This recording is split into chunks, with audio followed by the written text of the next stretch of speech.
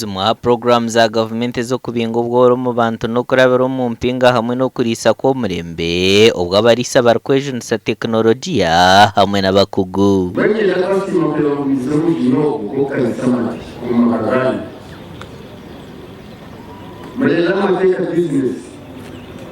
We're here to bring innovations, we're here to bring knowledge, we're bringing here to skills. Just like raising your children, you cannot keep on holding their hands for a lifetime. Ishenteko wa district ya Kazo Reverend Samuel Mugisha Katugunda nagira ngo akanuko kira abanyakazo kwejumbero mu kurisa ko murembe ecanga cyabo cyaza kutunguka.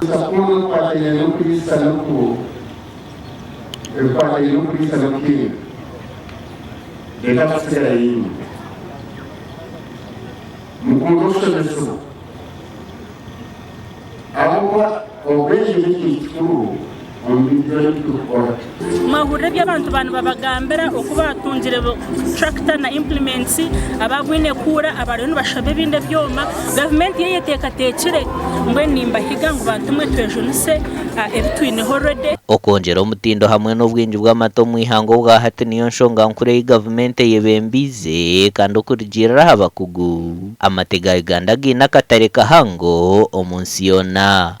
Obwire bwashika bishire ukwibuka abagiye wakirogo uzera akagambire bigabo bishatu mugiro gwenye kuhojoka mwerwajeho amagingo ngaga umureko gugubire gutebekanisiibwe bitongore nka SNV Tide Project hamwe na Agritera bakwatanise n'ekigombe kirukugita barisa aba district ya Kazo echa Kazo Districts Farmers Union ahabwa TV West nde era achiza.